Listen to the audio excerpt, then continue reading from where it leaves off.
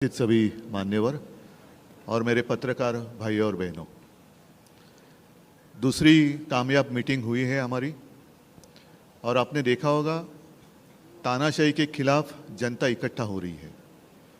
खरगे साहब, आपने तो हमारे अलायंस का नाम बता दिया, लेकिन मैं तो इंडिया, भारत जिसके लिए हम लड़ रहे हैं उसी को लेके हम आगे जाएंगे।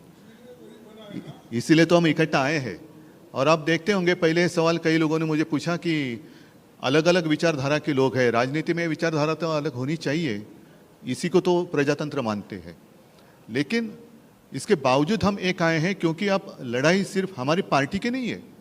कुछ लोगों को ऐसे लग रहा है कि परिवार के लिए लड़ाई लड़ रहे हैं।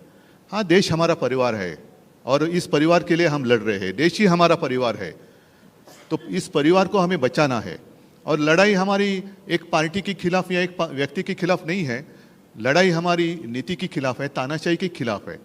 और जैसे एक ज़माने में आज़ादी की लड़ाई हुई थी, तो अब आज़ादी खतरे में आई है।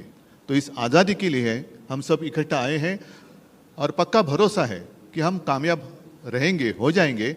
और देश के जनता के मन में एक डर है कि अब क्या होगा, तो हम इतना उनको एक एहसास दिलाना चाहते हैं, कि विश्वास दिलाना चाहते हैं, डरो मत, हम है।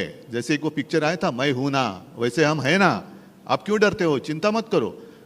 एक व्यक्ति या एक पार्टी मतलब देश नहीं हो सकता, पूरे देश की जनता मतलब देश है। और देश की जनता अब इंडिया और भारत बनकर सामने आएगी। अपने देश को हम सुरक्षित रखेंगे। और 2 मीटिंग हुई है, आज की मीटिंग काफ़ी कामयाब रही। मैं खरगे साहब, आपको, शिव कुमार जी, सबको धन्यवाद देना चाहता हूँ, मुख्यमंत्री जी को देना चाहता हूँ। बहुत ही अच्छी मीटिंग हुई।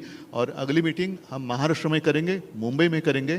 तारीख तो हम तय करेंगे ही, लेकिन अगली मीटिंग हम मुंबई में करेंगे। सबको धन्यवाद देना चाहता हूँ। जय हिंद, जय महाराष्ट्र।